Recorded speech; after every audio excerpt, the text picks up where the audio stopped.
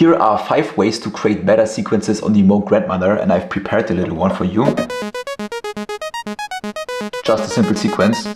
And the first trick is to use legato glide. If you would just turn up the glide on its own, all notes in the sequence will glide, and it can sound a little bit trash. But we can enable legato glide, meaning only tight or legato notes that are overlapping will glide. For this one we have to create a few legato notes first. So if you start the sequencer, set it into recording mode again, press the tie button here, we are able to tie them together. And to enable legato glide, press Shift, turn it to the right side, and now legato glide is enabled. And if you now turn up the glide, only the notes that are tight will glide.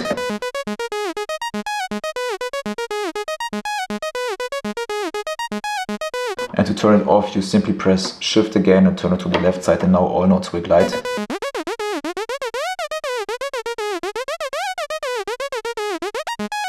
The second trick is to use the accent function on the sequencer. So if we have a running sequence and add in a few accents on a few notes, you are not able to hear any differences, because we have to take the signal from the accents first and send it somewhere, and we can get the signal from the keyboard velocity out, and you could now, for example, patch it into the filter cutoff, and now only on accented notes the filter will open.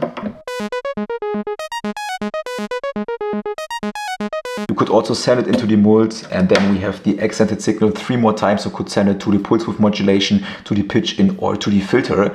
And one thing I like to do is sending it through the attenuator into the pitch in of oscillator 2. Enable the hard sync, and now we can create hard sync sweeps only for the accented steps.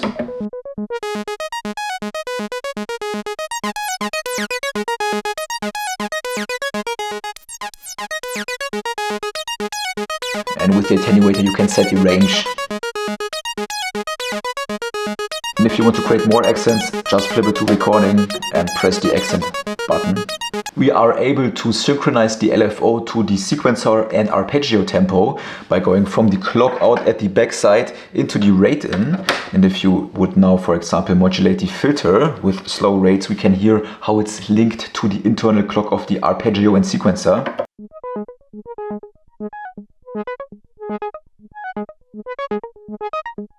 And that allows for these nice rhythmic filter opening effects.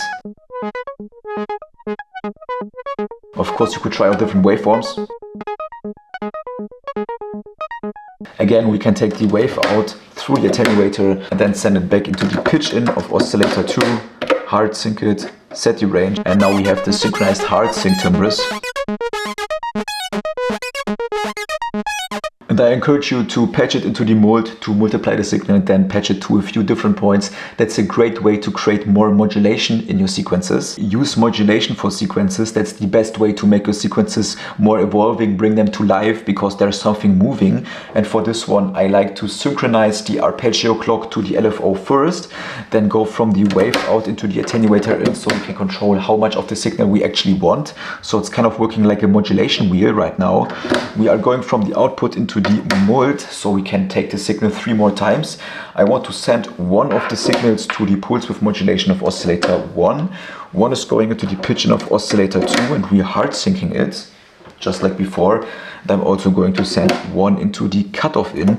And now we have 3 destinations that are getting modulated by the synced LFO, and that adds a lot of movement in the sequence.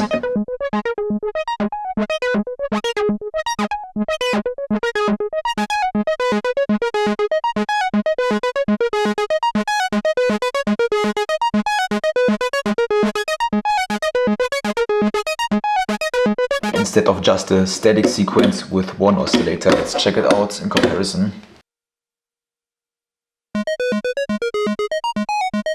The one before has just way more life to it. Last but not least, it's not really a trick, but my favorite way of using music theory for sequences. And most of the time when I'm creating these epic sequences, I'm working with the natural minor scales. And the easiest natural minor scale are just all the white notes. And maybe let me show you all the different natural minor scales you could try out. Let's start with the A minor scale first. Just the white notes, then the B minor scale, the C minor scale, the D minor scale, E minor, F minor, G minor, A sharp minor, C sharp minor, D sharp minor, F sharp minor, and G sharp minor. Let me create a few sequences with these scales. My favorite scale is the G sharp minor scale. I really like it, so let's try to create a sequence.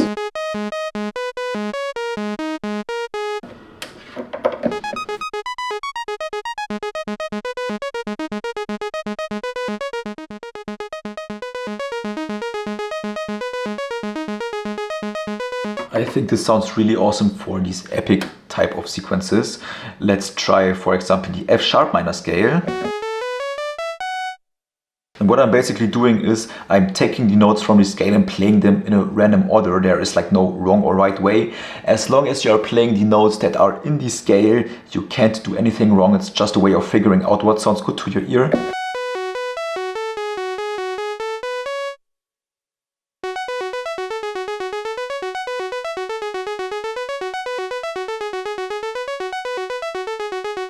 And something you have to be aware of on the MoogGrandmother sequencer is you have to press the first note of your sequence to actually make it play in the right key. Let me show you this with the scale A minor. So the first note in the sequence was the A, and we have to press it again, otherwise we would transpose the sequence. So now it's in the exact same scale we've played it in. But if you would, for example, play this note, we've transposed it down.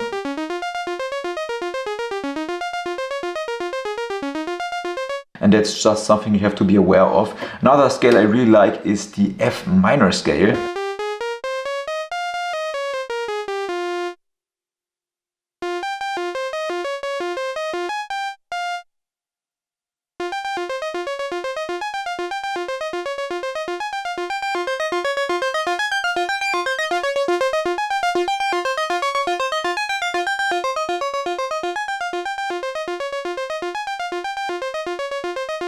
If you want to learn more, click the first link in the description to watch a free lesson of the full MoogGrandmother course. Thanks a lot for watching and see you soon.